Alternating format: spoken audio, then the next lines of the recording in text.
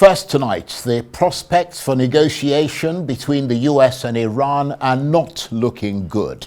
Just a few days ago, it seemed like both sides were ready to return to the bargaining table, perhaps starting this week, for their first direct talks since the US attacked Iranian nuclear sites. But then, just a few hours ago, Donald Trump said he was not speaking to Iran and he was not offering Tehran anything. He repeated again that the US had totally obliterated Iran's nuclear facilities, though that claim has been disputed by intelligence reports from the US, Israel, and reported intercepted calls between Iranian officials. And now Iran is insisting on its right to continue enriching uranium, but Tehran said the level of such enrichment could be negotiated.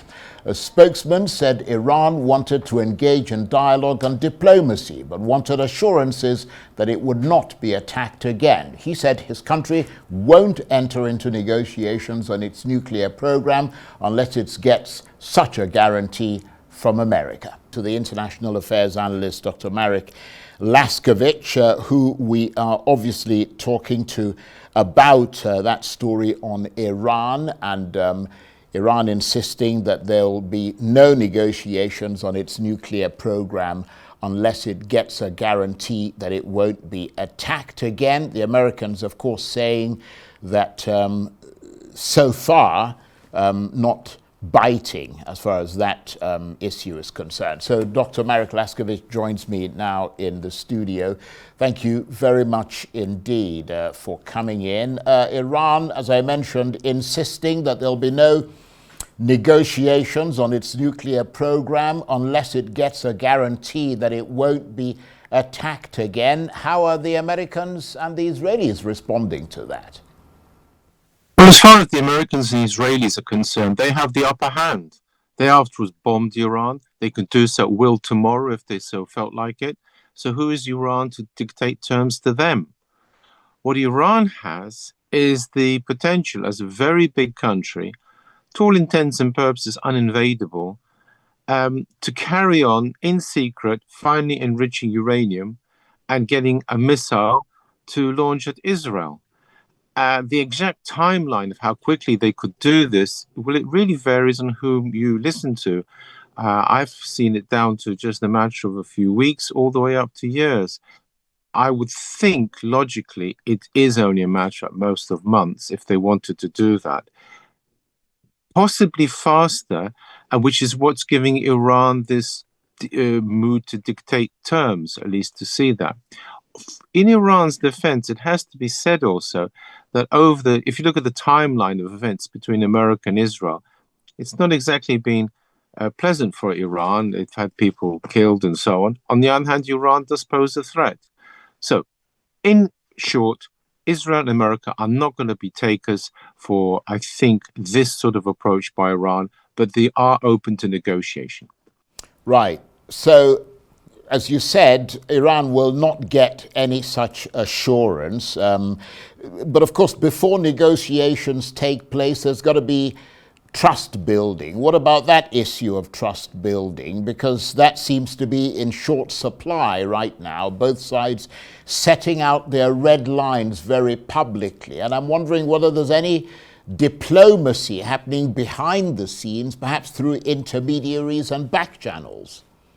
It would be interesting, actually, to see if anything like that was occurring, but there's no sign of it. On the contrary, both sides are quite, if you like, intransigent. They have a quite clear red lines, quite clear agendas, which are mutually incompatible. I mean, that is the bottom line. So the question eventually will be, will Israel and America attack again? Not immediately. I still think they're going to be hoping for negotiations. I think there could be some room for maneuver in what Iran has in mind, quite possibly on the basis that at least in the short term there could be assurances given.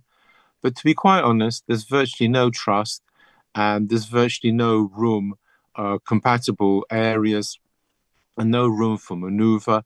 And therefore, the situation is not looking very good.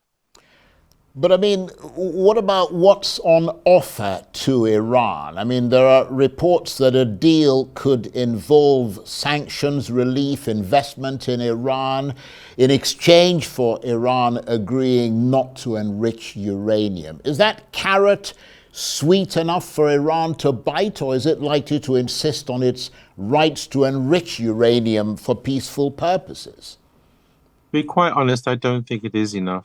That carrot has been on offer since Donald Trump took office. He believes, as a businessman, that everybody has a price, so to speak. It's not necessarily the case because we're up against religious motives and their price doesn't really exist.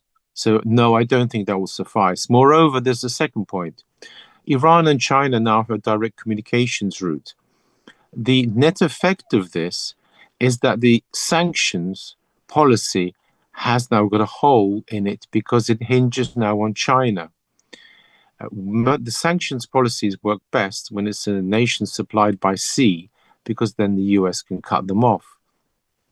The moment you say it can be via the back door, so to speak, then there's going to be a problem.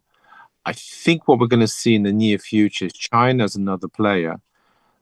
Please note, China can also supply goods. And I think this is actually going to be one of the hidden cards.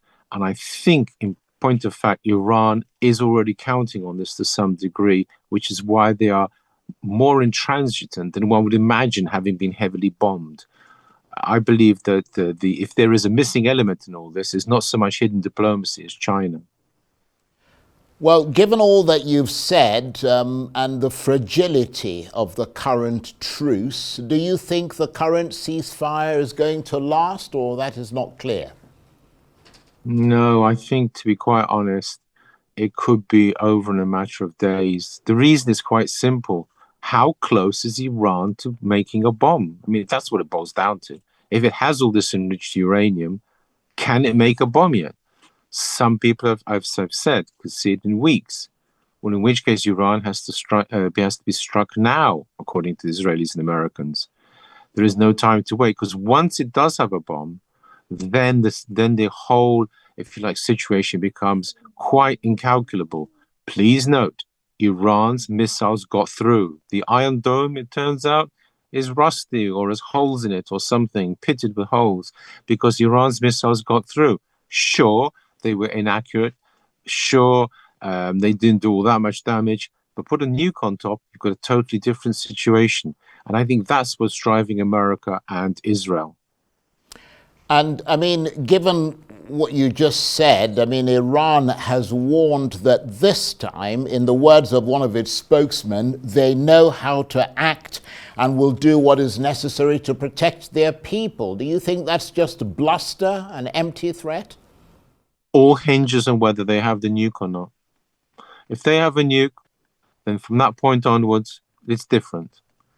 If, on top of which, they have trade, as I indicate, with China or other nations, then the whole sanctions policy in any case would fail.